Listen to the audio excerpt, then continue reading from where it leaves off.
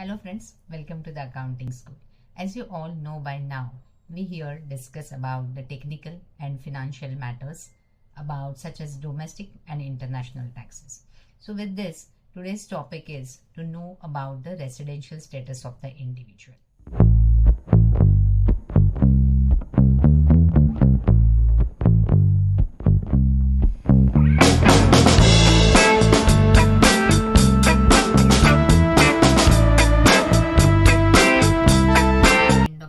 Now, that is the end of the financial year, and we have also discussed about the tax liability of the non-residents under FEMA. So it is essential for one person to know about how to determine the residential status of the individual. There is always a confusion in the minds of people who are going abroad for education or occupation as to what would be taxable and what would not be. Friends, there is a general rule that if you are a resident, your global income is taxable in India, and if you are a non-resident, then only that income is taxable which accrues or arises in India.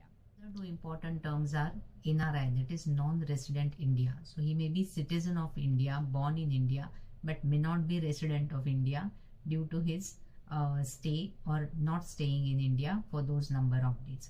And the second one is PIO, that is person of Indian origin.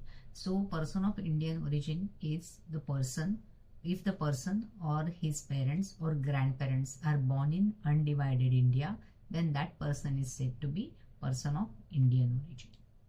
So friends, as usual, let us go through the presentation and understand the various facets of this residential status. After the presentation, if you have any queries, you can write to us in the email ID which is mentioned in the bio. Let us understand the residential status in India. An individual would be said to be resident in India if in a previous year he is in India for 182 days or 365 days for 4 preceding years and 60 days in that previous year. There is a little bit of explanation for this second equation. Let us see what is that. 60 days in the second equation would be substituted by 182 days if the person, being a citizen of India, leaves India in a previous year as a member of crew for an Indian ship. Same is the case with a citizen of India or a person of Indian origin who is visiting India in the previous year. Same way, 60 days would be 182 days. It is also provided that in case of this citizen of India or a person of Indian origin who is visiting India in the previous year and also who is having the total income other than income from foreign sources exceeding 15 lakhs during the previous year, then 60 days would be submitted by 120 days.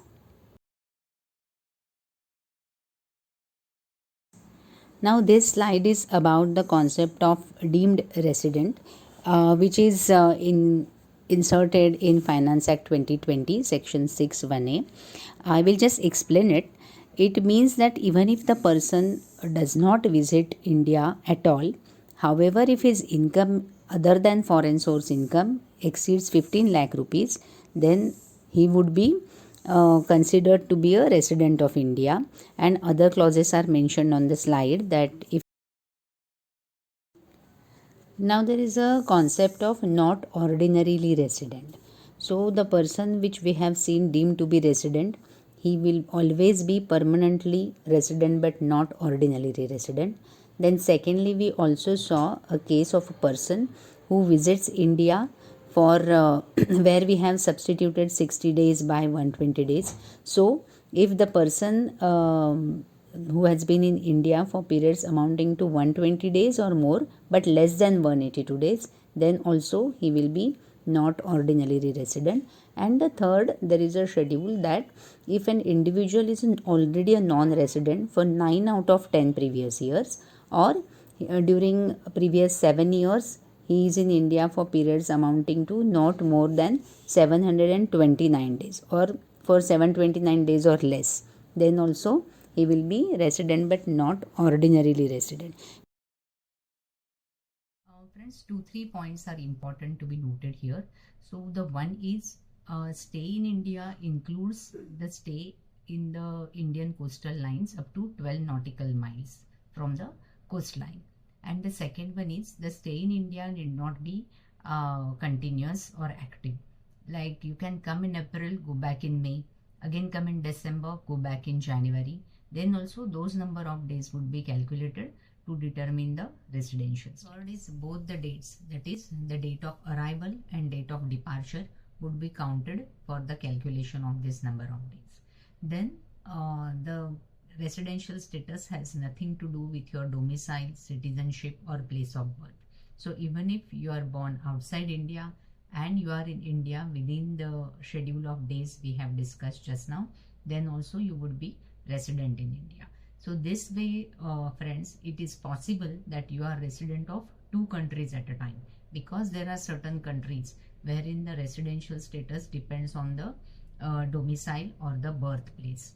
And in India, the residential status is calculated as per the number of days stay. So these points are important to be noted if you are going abroad for education, occupation, or you intend to stay for a longer time. Friends, here we have seen only about the residential status of individual. There are different types of person. When we say as a person, that is an HUF, company, artificial juridical person or association of individuals. So about that we will see in our next video. So write to us for any queries. Thank you. Thank you for watching.